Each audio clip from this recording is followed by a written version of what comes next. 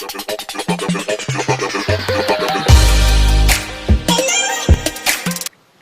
format we'll follow is the additional secretary will make a brief presentation at the beginning.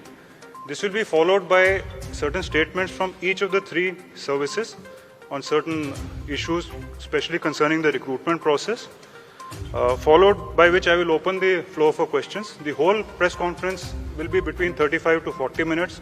So I'll request each of the journalists to kindly restrict to one question and a short one as at that. And you can ask in any language which you feel comfortable with. With that, I'll request the additional secretary to make a brief presentation. जय Hind gentleman and lady.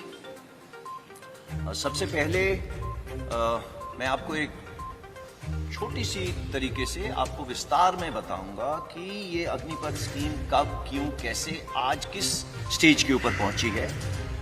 ये announcement ये announcement 14 जून को हुई थी। 14 जून को दो महत्वपूर्ण चीजों की अनाउंसमेंट हुई। एक 10.5 लाख जॉब्स गवर्नमेंट के लिए, और दूसरी अनाउंसमेंट अग्निपथ स्कीम की, जहां पे केवल 46,000 वैकेंसीज थी।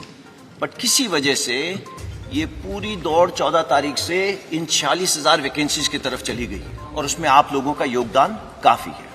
Go next. ये रिफॉर्म क्यों आया? ये रिफॉर्म लॉन्ग पेंडिंग था। सबसे ऊपर वाली आप स्टेटमेंट देखिए, ये स्टेटमेंट आज की नहीं है, ये 1989 की स्टेटमेंट है। 1989 में ये काम शुरू हुआ था। हमारी तमन्ना थी कि ये काम शुरू हो, बट उसकी और भी कई सारी पहलू थे। वो चाहता था कि ऑफिसर की एज कम हो, कमांडिंग ऑफिसर की एज कम हो, टीथ टू टेल रेशियो कम हो, तो एक एक करके ये काम शुरू करा गया। कमांडिंग ऑफिसर की एज कम करी गई, जो हमारी टीथ टू टेल रेशियो है वो कम करी गई। उसके बाद कारगिल रिव्यू कमेटी के अंदर अरुण सिंह कमेटी ने बोला एक सीडीएस का गठन होना चाहिए, वो काम हुआ। अब उसी चीज को आगे ले जाते हुए हमने जो नेक्स्ट रिफॉर्म था वो था कि किसी तरीके से जो एज हमारी 32 साल है, ये देखिए ये बता रहा है 30 साल 1989, आज ये 32 साल पहुंच गई है। 32 साल को किस तरीके से 26 साल ला सके। ऐसा क्यों? हमारे को यूथफुल प्रोफाइल चाहिए। ये क्यों चाहिए? बिकॉज आप सबको मालूम है 2030 के अंदर हमारे देश के अंदर 50% पीपल 25 साल की उम्र से कम हो। क्या ये अच्छा लगता है कि देश की सेना जो रिक्शा कर रही है दे आर 32 ईयर्स?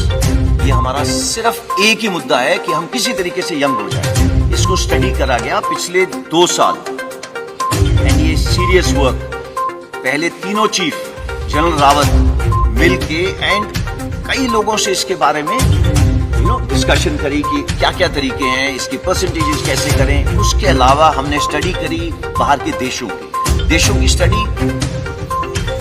तकरीबन सारे देश हमने स्टडी करे। सब देशों के अंदर देखा गया उम्र 26, 27, 28।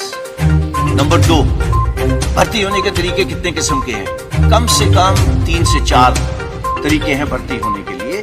एंड सबके अंदर जब वो बाहर निकलना चाहते हैं वो जा सकते हैं। कितने साल में जा सकते हैं? 2 साल, 3 साल, 4 साल। सो मल्टीपल एंट्री एवेन्यूज है, मल्टीपल एग्जिट एवेन्यूज है। एंड वो बाहर जाके क्या करते हैं? वही चुनौतियां हैं जो हमारे नौजवानों को चुनौतियां हैं बाहर जाने की। इसके बारे में मैं आपको बात करूंगा। देखिए हमें चाहिए क्या? यूथ। यूथ हम सबको मालूम है वो रिस्क ज्यादा लेता है, उसके अंदर जुनून ज्यादा है, जज्बा ज्यादा है। इस जुनून जज्बा को कैप्चर करना जरूरी है, बट ये जुनून जज्बे के साथ में हमें होश की भी जरूरत है। Just go next.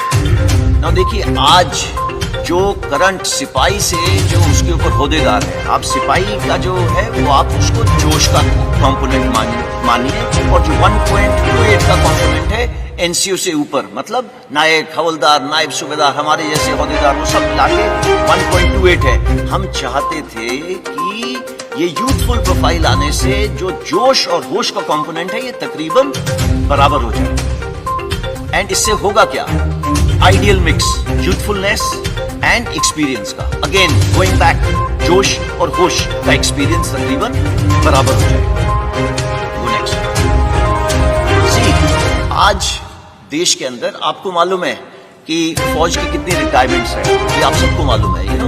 फौज के अंदर, आर्मी के अंदर तकरीबन 45,000 से 60,000, नेवी के अंदर तकरीबन 2,500 से 3,500, एयरफोर्स के अंदर सिमिलर नंबर, वो सिर्फ 5,000 हो जाता है। हाउएवर, जो आपको पता होना चाहिए, ये नंबर्स हैं जो हमारे प्रीमेच्योर रिटायरमेंट ले रहे हैं। प्रीमेच्योर रिटायरमेंट का मतलब क्या है? प्रीमेच्योर रिटायरमेंट का मतलब ये है कि अगर मैंने इस फौज के अंदर 25 साल, 30 साल, मैं अभी 59 ईयर्स का हो गया हूं, 60 में मैंने रिटायर करना है, वो मेरी पूरी एज सर्विस की है। बट इतने तादाद में लोग हैं, इंडियन आर्मी में तकरीबन 14,000, इंडियन नेवी में तकरीबन 3,000, एयरफोर्स में तकरीबन 500 से 600।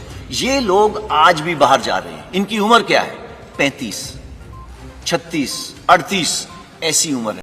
ये लोग सब जा रहे हैं। आज तक हमने किसी ने भी कोशिश नहीं की बोलने की, ब्रदर ये बाहर जाके क्या काम कर रहे हैं। ओके, एंड आप इन तीनों को ऐड करो,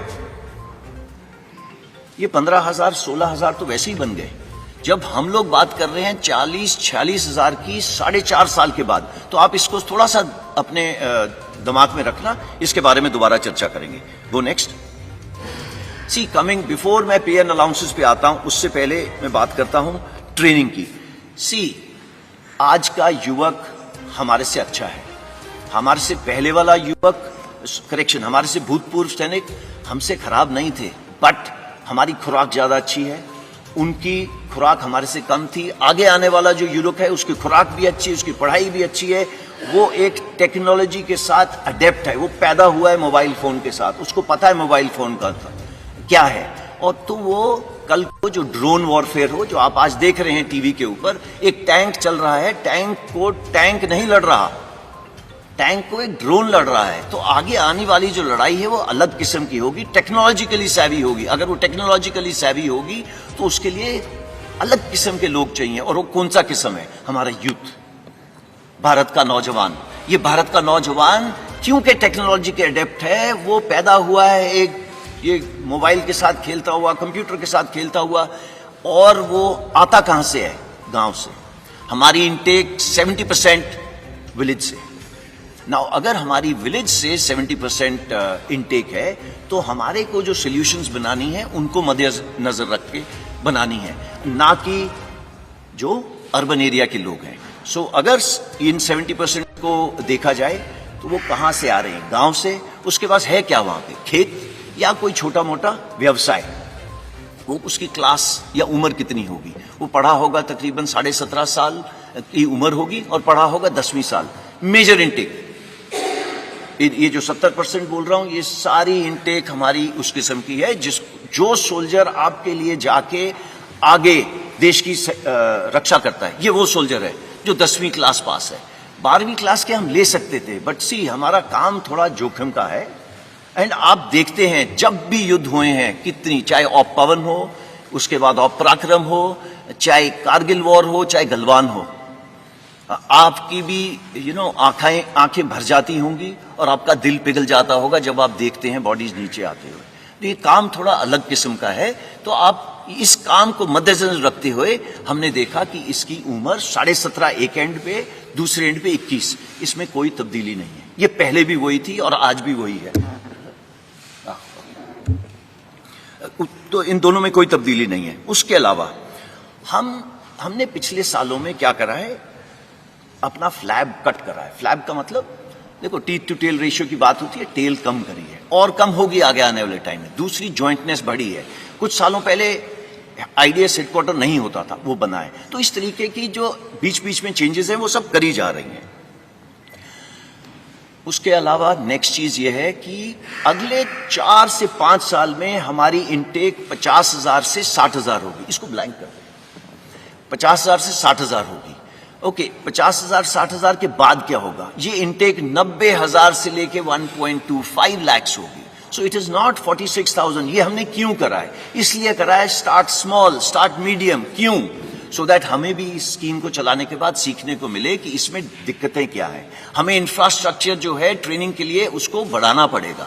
वो बढ़ाने के लिए बटन दबा के तो होगा नहीं, उसके टेंडर जाएंगे, उसका ये होगा वो होगा, उसको 3-4 साल लगेंगे। सो दैट हम अपनी ट्रेनिंग कैपेसिटीज जो फौज की तकरीबन 60,000 के करीब है, उसको बिल्डअप करके इस पॉपुलेशन को लेने के लिए जो 1.25 lakhs होगी, इसके लिए तैयार हूं।